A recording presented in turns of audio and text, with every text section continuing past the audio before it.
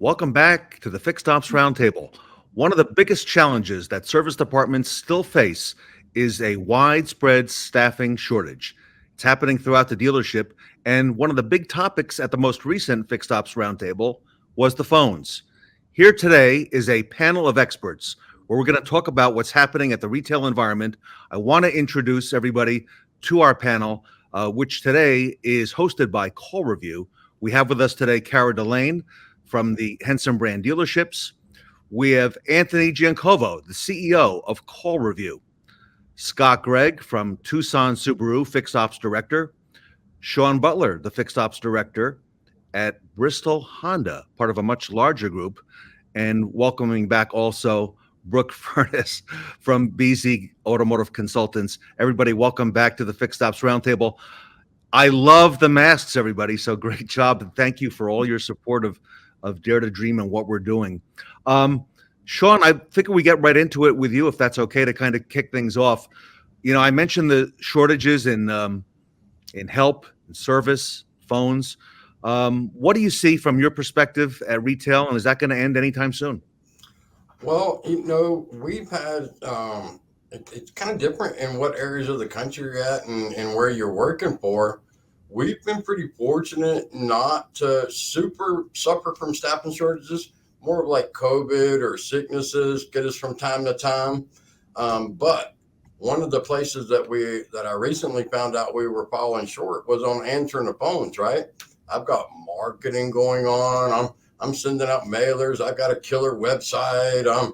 I'm doing email blast. And then I come to find out that in the first half of a recent month, we'd answered 900 phone calls. We booked 34% of them to appointments. But then I found out we missed 400 phone calls, never got answered. I almost fell out of my chair. And it was at that moment I realized that I needed to improve. And it was through introduction through CallRevu that it was a company that we use. And I didn't even realize I had a login. I have a login, didn't know about it. So I was happy to learn that because I'm wasting my money doing marketing and advertising if we're not answering the phone and getting the people in here. We have to staff to that need. And since then, I've addressed that issue between staffing, between hiring somebody and also getting a company to answer the phone after hours. So a twofold attack there. And Sean, something so basic as that, answering the phone. I would imagine that most dealerships are not monitoring that or looking at that metric. Talk to us a little bit more. You said you found that out through your company's relationship with CallRevu? Yes, sir. Yeah. So I was introduced in some. We actually have multiple stores here in East Tennessee. We have a Akron and Mazda store, which falls underneath my direction for the Fixed Stop side, and then the GM up there was like, "Hey, I'm getting ready to do my login and my introduction with CallRevu. You want to jump on with me?" And I was like, "Hey, what's this CallRevu thing? Let's check it out." And so, wow, it was a 30-minute process for that store. And then I spent another 2 hours on the phone with the lady. She probably was really tired of me at the end of the thing. But I was really interested in doing a deep dive and learning way more about this program that apparently you can listen to the calls if you'd like. You can track it. They can dial it down by what time they came in, how many seconds they were on the phone. Did it ring back to another phone? It was so detailed information. I was blown away. It made me realize that we were missing a boat. Simple math, right? If we're averaging a 34% book rate on those 400 phone calls we missed, we would have had another 120 appointments that would have equaled 5 a day times $300 a ticket times 64% gross. We missed out on $21,000 worth of business by not answering the phone. Wow. Stupid. Scott Gregg, over at Tucson Subaru, you're the Fixed Ops Director. You got a big shop. You got a lot of service advisors. I know you've got a BDC, a lot of techs in the shop. Busy place. Talk to us about staffing shortages and talk to us about the phones. Staffing is definitely an issue. More of the entry-level type things. A lot of attendants, BDC is one of them too, which is not really entry-level, but seems to be a struggle keeping people in there. About the time you get them trained, they decide they're going to go somewhere else or something, or they move up in the company. We do promote a lot from within. So it's an ongoing thing, and just getting people in here to interview is another struggle. They apply, and then you call them to interview, and then they don't show up for the interview, or they don't show up for work after you've screened them and everything. And it's quite a struggle. I read some information the other day. They said post-pandemic, the turnover rate's up by 50 to 75%, and it also takes about 18% longer to fill a position. So that's really making struggles for everybody. We do have an in-house BDC. I try to keep 5 people in there. We've got it fully staffed right now. We also use CallRevu. They do give you a lot of very good information and the call recordings and, exactly how many calls that come in and appointments set from them and so on and so forth. So a lot of really good stuff from them. And, but our BDC does a really good job. We do inbound and outbound calls. We follow up on all the decline services, recalls, things like that, Starlink notifications from Subaru. And that's helped a lot. The decline services alone, in 10 months last year, we did almost $700,000 in additional business just from following up on decline services. And Scott, it sounds like from what you and what Sean are saying, the measurement part is really critical to what you're doing there at the dealership. Yes, obviously you want to track all your KPIs, and that's a good one to follow up on is how many calls you got coming in, how many are answered, all of that, how many appointments are set from the ones that are answered. And it's a good way to really stay on top of things, make sure your BDC is performing well, and make sure you're getting all the business you can. Just like Sean said, you don't want to leave anything laying on the table. Can't afford that these days for sure.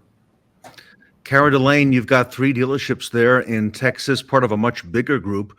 And I know the phones are ringing. You and I have talked about staffing and shortages and a lot of stuff that your dealership has been working on and, put into place. Talk to us a little bit about the phones. Yeah, so if you're unfamiliar with Hinson Brand, we're out in Madisonville, Texas, in a town we have about 4,000 people here. So we're in a very rural community, and we have been having the same issues that the rest of you guys are talking about as far as staffing up, because I drive an hour to our store every single day, and majority of our employees do the same. So it's really hard for us to recruit people right now to keep our staff bulked up to be able to answer the phone, service all of our customers. And our biggest struggle right now is we had a centralized BDC for the last year or so, and we just dissolved that. And now we're making a transition back to trying to build up an internal BDC again.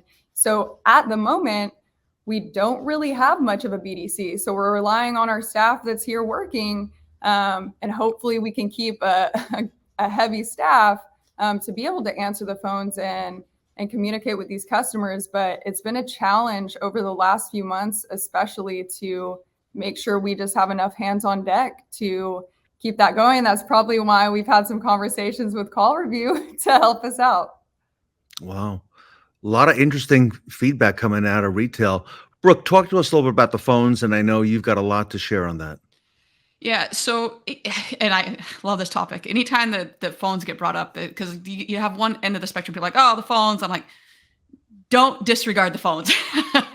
First off, don't disregard the phones. So last year, 2021, Brian Pash did an incredible study with a lot of different companies to say, okay, where exactly are these phone calls going?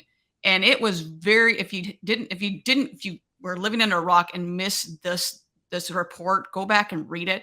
But the main bullet point in regard to this was that all of these, especially when it comes to SEM phone calls are coming in, all these phone calls and all this sales Google budget that you're sinking in, it's not for sales. In fact, 12.84% of the calls coming in were for sales. So wait a second. All the sales money and budget we're pumping in, and only 12.84% of those calls are for sales. All the rest of that is for service. So anytime I onboard or I'm talking to a client, I always ask, what is your sales budget? What is your service budget? And inside of that, what's your fixed op? What's your service?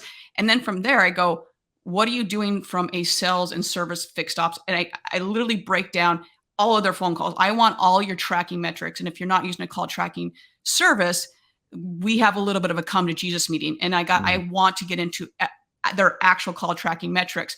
Inside of that study, of those 12.84 metric, of those actual calls, what do you think actually happened with those 12.84% of those sales calls?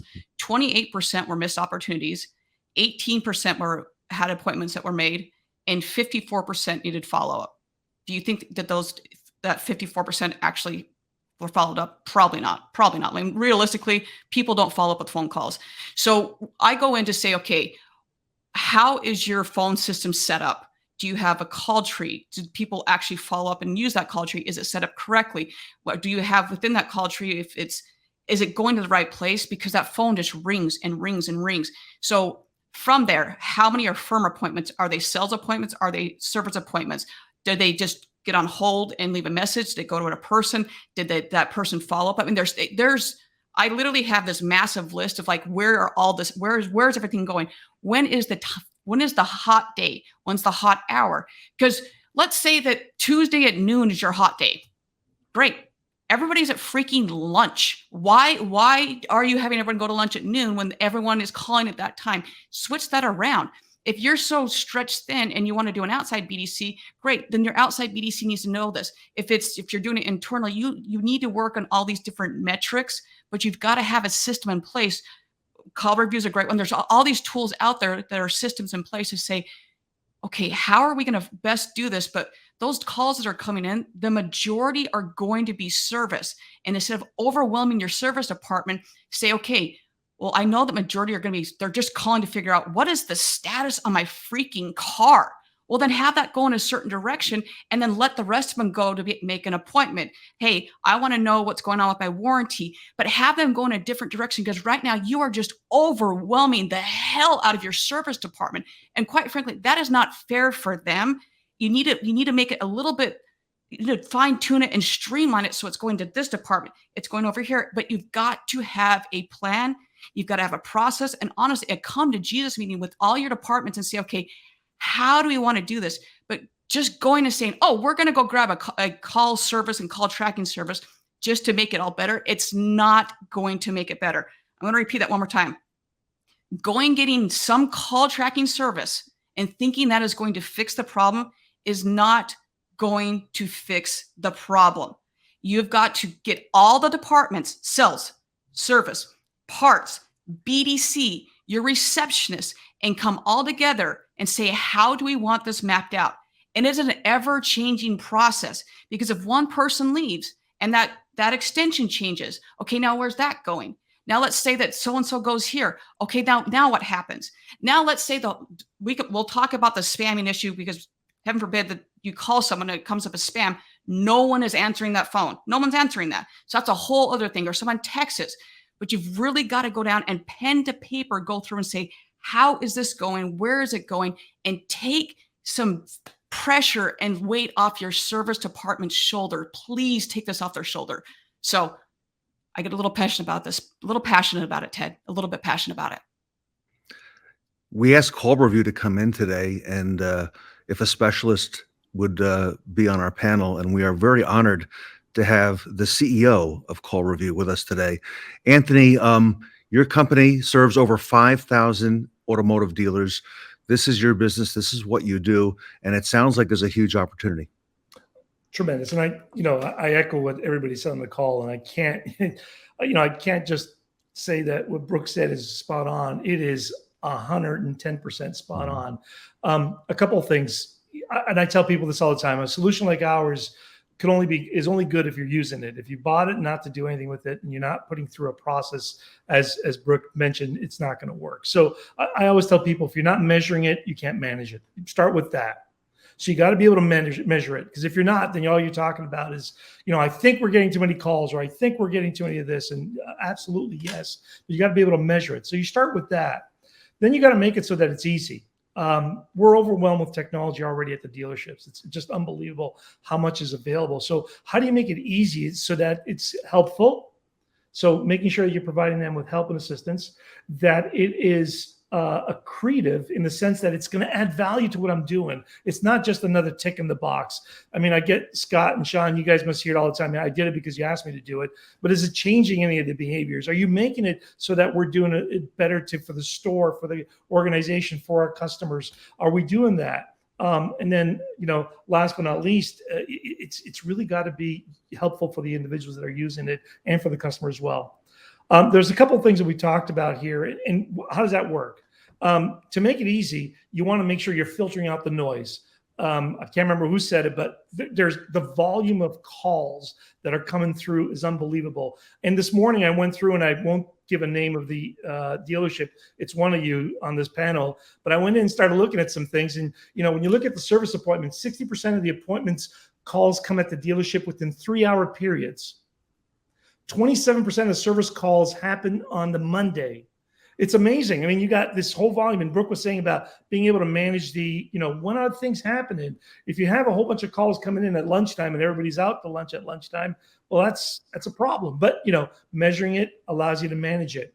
What else I found really interesting was that 47% of the calls were service department reasons. So you're calling to make an appointment for a service department. And Sean, your number is startling. I mean, think about that. What did you say? $21,000 of potential revenue that you lost this month because you didn't answer the calls.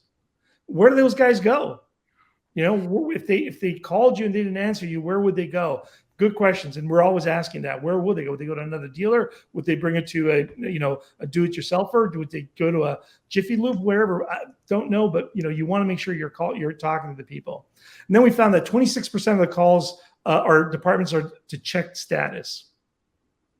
And what we found out of that, the frustration comes from, I'm calling to check status because I got a text. I'm not sure what that really was. And then I got another text. Is my car ready or not? Tell me if it's ready or not. One thing that I've learned in an analysis that we did is that a customer that has to call to find out an appointment is an upset customer. A customer that is notified that there will be a delay on the vehicle and receives the car when you promise to deliver it is a satisfied customer. It's amazing. Manage the expectation. That's all customers ever want you to do. I mean, I know it might be late, but don't let me come there and find out that it's late. Don't let me have to be the one to call you to find out that it's late. We're all living busy lives. So that's a really interesting one. And the other one that I found interesting was 10% of the calls to a service department is to reschedule. Oh, wow. It shocked me. I mean, think about that. 10% of those, I've already had an appointment, was scheduled, now I'm going to reschedule. What happens if they don't touch you? Well, that time that you allotted is just lost time. Now they're not doing anything. So, what you guys are saying on the call is so important, but now you got to make it easy for everybody. And I go back to filter out the noise. Send me the alerts of the things that are important. We have one dealer group that says they can't go into, we don't want no calls ever have to go into voicemail. Service calls. If they go into service, we don't want them to, they have to be answered, and they have to be answered early. So we have alerts that say just went into a voicemail, and we pick it up and we send it back and we send as an alert. You've got something that went into the mailbox. So you want to be able to qualify those. You want to be able to determine what are the calls that you want to answer in priority order. Is it, hey, I'm calling to check out my check status. So alerting is really, really important. Analyzing the volumes of calls at the rate that they're coming in, knowing when you're there, setting that all up, analyzing why customers call. What is the purpose of these conversations? And course correct accordingly, right?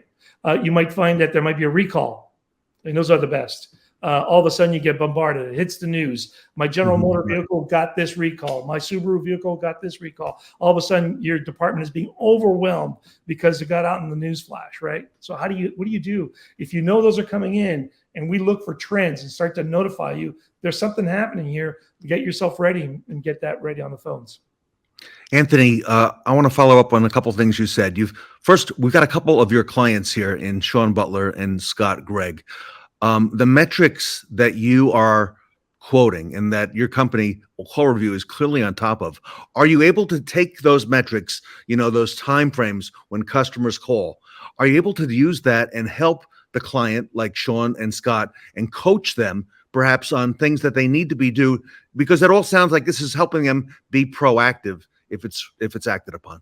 Absolutely. So there's 3 ways of doing this. First, there's the ton of online. So first of all, yes, the information is available. Individuals can see it, and it's not a big brother tool. And that's why I tell people, the fear a lot of people says, "Oh my God, they're putting it in here to monitor me." No, we want to make you better. We want to make you that Olympic gold medalist. We want you made the best of the best. We want you to give you the tools that you get better. So there's online training that's always available. So you've got your scorecard, you got your comparisons, you got your factors. We got our training partners that we work with that are there to coach you, to support you through the process, using the data to identify where the strengths and the weaknesses are. This works. Do this more often. Look how this person did and how it worked really well. Look what doesn't work and how do we change that? So absolutely, Ted, the tool itself has all of the components to help improve the skills and the abilities of the individuals on the phone and the organization as a whole. I think it was Brooke that was saying, from everything from the receptionist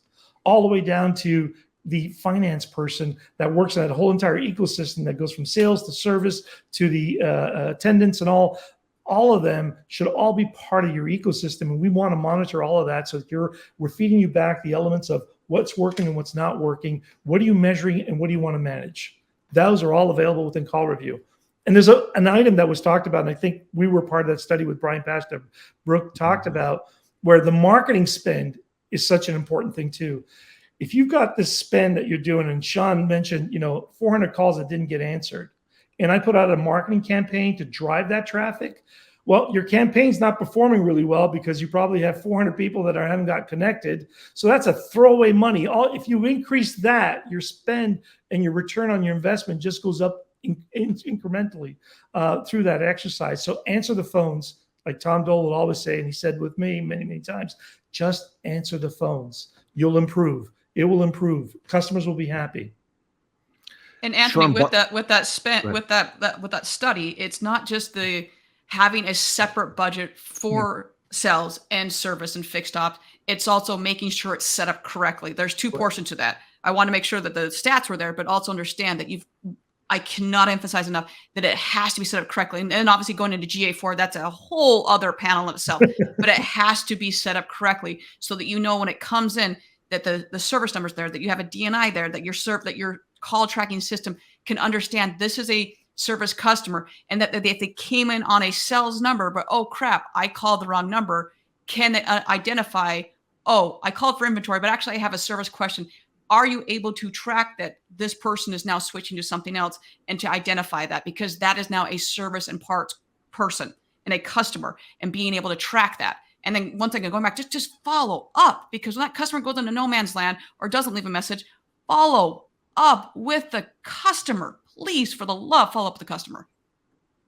Well said. Sean, I'm wondering, these tools, these metrics, you are busy, you got a lot of moving parts. You got 2 different facilities that you're overseeing, and time in between to get from A to B. How important is it to have these metrics and have somebody, take you through it and, point these things out to you? Well, it's super important. I found it very interesting. I had met up with another friend of mine who runs a BD. That's what they do. They start BDCs, right? Sean Armour is his name. He's super, super intelligent. And I found out I had a call center. That was back in September, right? I was like, I got a call center. I don't even have a BDC. And then after I met Ashley Riccio with CallRevu back in October, as I started trying to dig in and educate myself, because we're always learning. If we're not learning, we're going backwards. And I was like, holy cow, I don't even have a call center. And they were really able to dial in. I was missing these calls. In the morning, it was great. It was after 1 o'clock. So then I dialed it into, okay, at 1 o'clock is when everybody starts going to lunch. And they played this little shell game around our small dealerships where this girl covers for this girl, this girl covers for this girl goes over here. And we end up with a bunch of missed calls from like 1 to 3 o'clock. That's where the bulk of those calls were coming. So I was like, oh, holy cow, now I have something to address. How important is that information to know? Now, I'm not near as advanced as Mr. Greg, who I have immense respect for. I haven't even gotten to the part where we make outbound calls yet. I'm still learning this whole BDC process and trying to implement. And, my goal is our sales does a great job. Our little stores here in East Tennessee are actually like number 1 and 2 out of 26 locations in much bigger metro areas in used car sales. They focus on sales greatly. We're horrible at the service side of it, but we're going to get better. I can promise you that. The goal is through trial and error and using information. Like I have multiple sessions with Miss Ashley, and I'm going to continue to rely on her and pick her brain and really dial this in. She's an Excel sheet guru. I'm not. So she's good at doing that for me. And I'm just going to keep getting better using the information that's provided to us to just keep dialing it in through trial and error.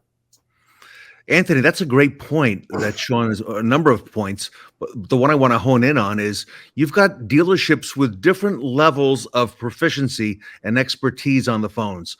Sean mentioned Scott Gregg. Okay. We've known for a long time that Scott's got a lot of processes down. He's been working on them. He's doing things maybe that others are not. Talk to us about that, Anthony, because you've got different levels out there with dealers. And that's, a big difference of how we operate ourselves. The software is one thing. And I always tell people there's someone in the garage next door that's building a better software than mine.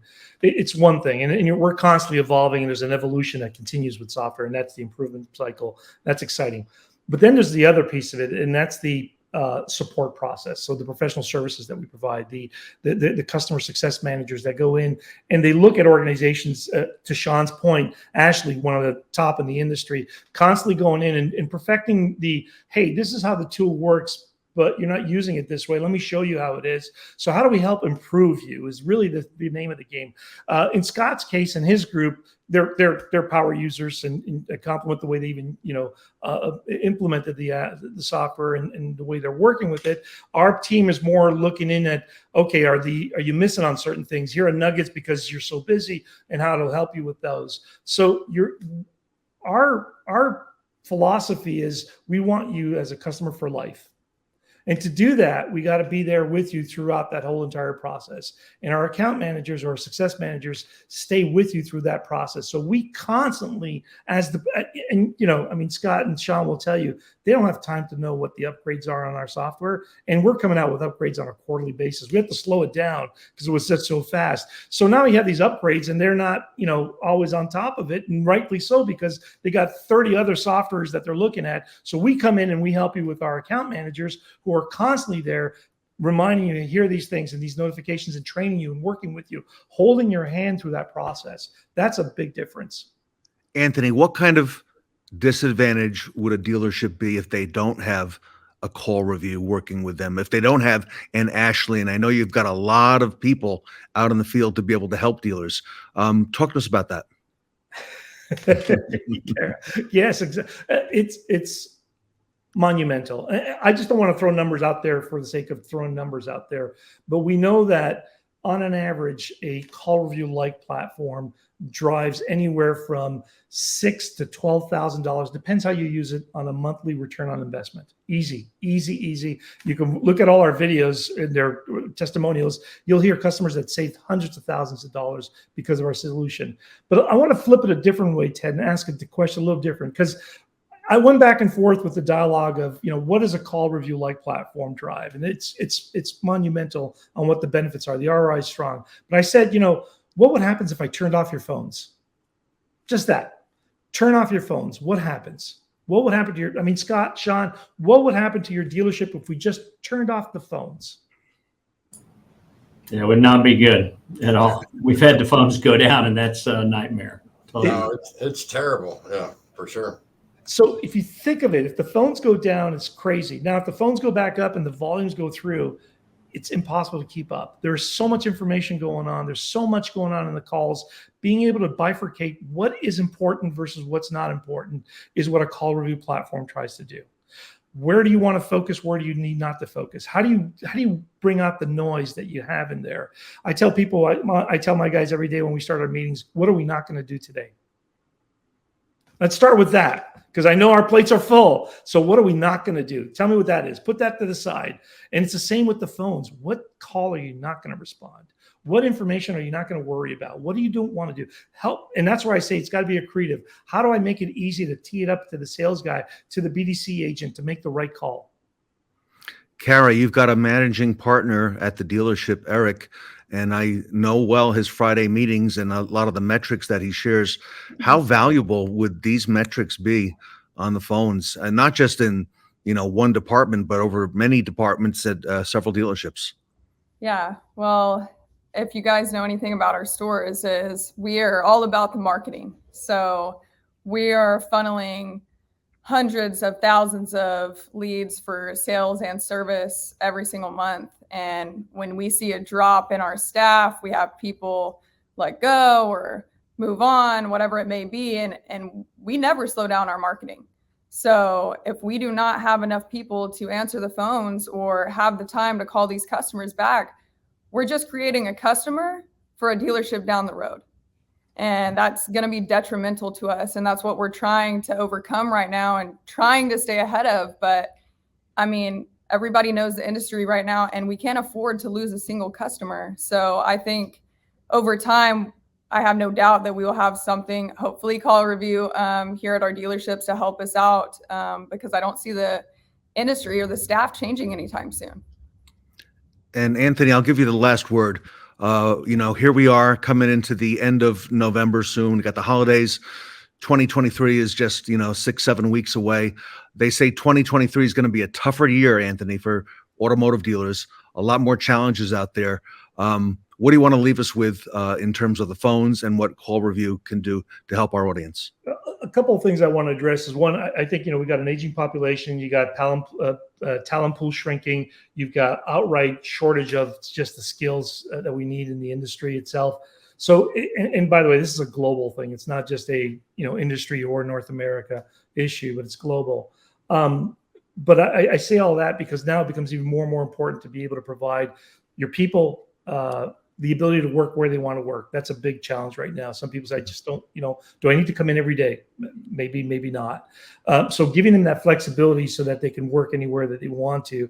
Certain roles can do that or not. So the phones have to become a part of your extension. They have to be the ability to go around. Security is a big thing. So by the way, all these new protocols around how do you address telephone communication security, the PI security, and CallRevu spent hundreds of thousands of dollars all around the security and what we've done. And so that becomes important to being able to address. And then finally, allowing your employees to do what's right for the organization. And that's sniffing through the noise. That phone rings a lot. I mean, I've sat in some of Scott's dealerships and, seen what it sounds like. I've been to the Umansky's, dealer groups, different ones, and seen what it's like. I mean, the phones are always ringing. I don't know. I mean, I can see why some agents just pick up the phone and say, yep, what do you want? They don't even give their names. It's a frustrating process if you're constantly doing that. I mean, I always tell people it's one of the toughest things to be in an area where your phone's always ringing. So make sure, you've got it properly staffed, you've got it properly supported, but you're sniffing through what's the most important. And Brooke said it best, answer the phones and give them the courtesy of going back and calling them back if you haven't answered. Don't make them wait. I mean, the worst thing you can do is make a customer wait a couple of days. Like Kara said, they will go somewhere else. They know they have a choice. The pandemic taught us we have choices. People will drive their cars to you. They will drive service people to come and pick up your cars. So the competition's gotten fierce. So treat your customers well at the beginning, in the beginning, and it starts with the phones. What a great conversation, everybody. We'll have to leave it there. I want to thank the panel, Kara, Scott, Sean, and Brooke.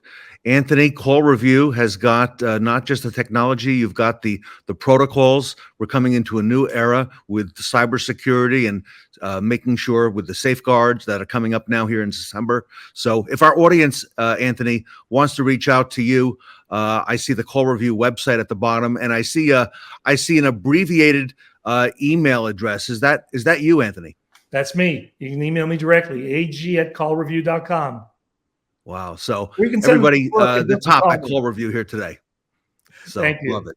All right, everybody, the CallRevu expert panel here today at the Fixed Ops Roundtable.